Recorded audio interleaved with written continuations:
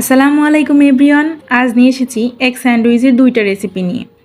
তো এই স্যান্ডউইচ দুইটা আপনাদের বানাতে খুবই অল্প সময়ের মধ্যে হয়ে যাবে, আর সকালের নাস্তায় অথবা বিকেলের নাস্তায় আপনারা এই স্যান্ডউইচগুলো খুবই সহজেই বানাতে পারবেন। চলুন তো দেরি না করে রেসিপিটা শুরু করি।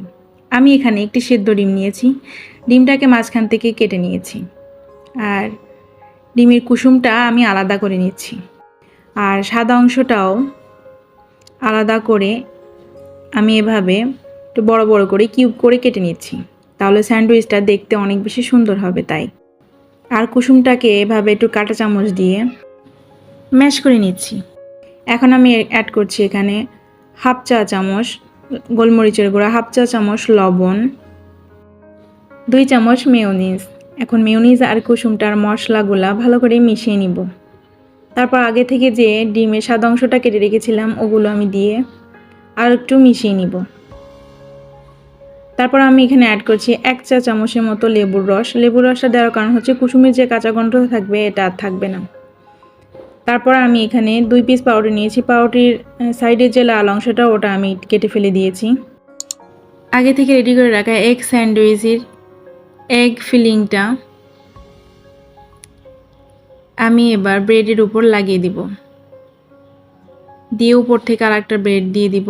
তারপর মাঝখান থেকে এভাবে একটু কেটে নিলে রেডি হয়ে যাবে খুবই সুন্দর এবং খুবই ঝটপটে এগ স্যান্ডউইচ।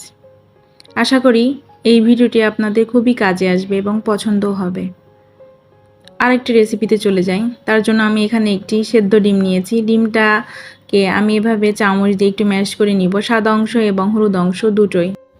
সাথে এখানে অ্যাড করছি হাফ চা চামচ গোলমরিচ, হাফ চা চামচ লবণ, আর 1 চা চামচ লেবুর রস, 2 চা চামচ গাজর কুচি, 2 চা চামচ শসা কুচি, 2 চা চামচ ক্যাপসিকাম কুচি, 2 চা চামচ পেঁয়াজ কুচি, আর 2 টেবিল চামচ মেয়োনিজ। এখন ভালো করে এগুলা মিশিয়ে নিব। ব্যাস রেডি হয়ে গেল স্যান্ডউইচের আর একটা ফিলিং। এখন ব্রেড 2 পিস ব্রেড নিয়েছি, ব্রেডের সাইডের লাল অংশ কেটে দিয়েছি।